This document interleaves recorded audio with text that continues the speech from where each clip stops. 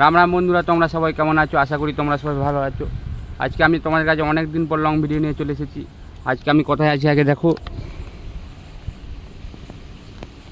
আর এই আমগুলো দেখতে পাচ্ছ, এই আমগুলো দেখে তোমরা নিশ্চয়ই ভাবছো নাকি আমি আম পাড়তে উঠেছি, কিন্তু আমি আম পাড়তে উঠিনি। কিসের জন্য উঠেছি ভিডিওটা শেষ পর্যন্ত দেখো, তাহলেই বুঝবে।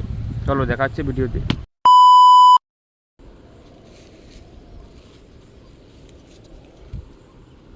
দেখো কাটারি, এটা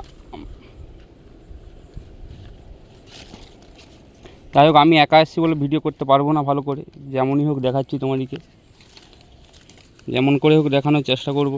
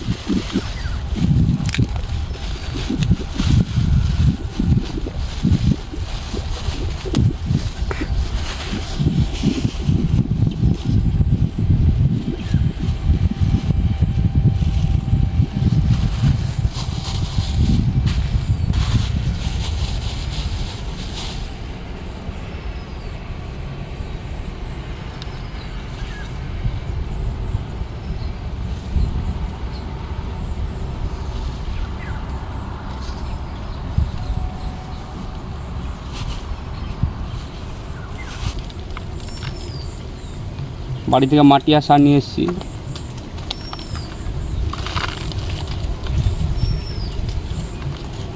এর মধ্যে ভালো করে লাগাতে হবে।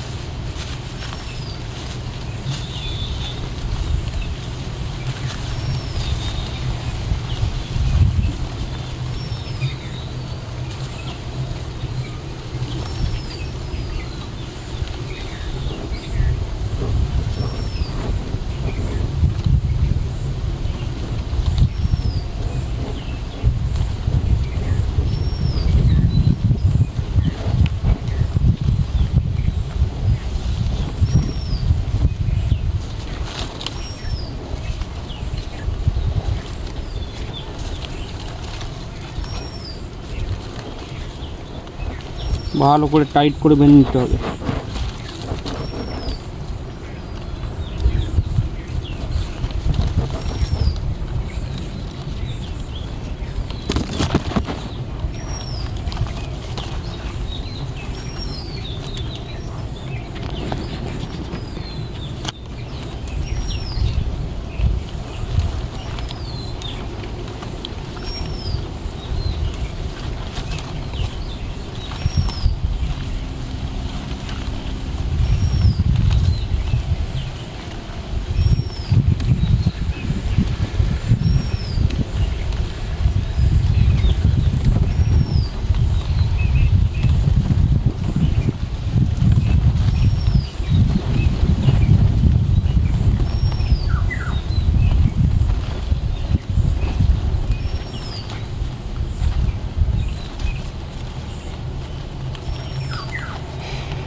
আমি একা এসে যে ভিডিওটা করতে খুব কষ্ট হয়েছে, কারণ দেখো আমি কেমন করে ভিডিও করেছি। এই যে গামছাটা বেঁধে নিয়েছি এখানে, আর এইখান থেকে গামছা থেকে ঝুলিয়ে ভিডিওটা করেছি।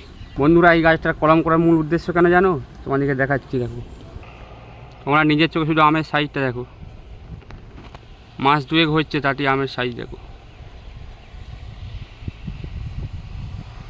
আর এই আম আমরা কখনো পাকতে দেখিনি, কারণ এই আশেপাশে মানুষ সব চুরি করে নেয়। তোমরা নিশ্চয়ই ভাবছো যে নিজেদের আম গাছ তাও কলম করছে কেন। কারণটা আমাদের এই আম গাছটা বাড়ি থেকে প্রায় 1-1.5 কিলোমিটার দূরে আছে, আর নদীর ধারে আছে, যে সে মানুষ আসে এবং চুরি করে নিয়ে যায়। তাই কোনো রকমের চেষ্টা করছি এই গাছটা কলম করে বাড়ির কাছে আশেপাশে লাগানোর। তো তোমরা সবাই আশীর্বাদ করলো যেন আমার এই কলমটা সফল হয়। যাই হোক, আমার কাজ হয়ে গেছে। ভিডিওটা অনেক কষ্ট করে তুলেছি আমি, গামছা ঝুলিয়ে দেখতেই তো পেলে কেমন করে তোলা হয়েছে। যাই হোক, ভিডিওটি ভালো লাগলে ভিডিওটি একটি লাইক, ওই চ্যানেলটিকে সাবস্ক্রাইব করে দিয়ে যাবে। চলো, দেখা হচ্ছে নেক্সট ভিডিওতে।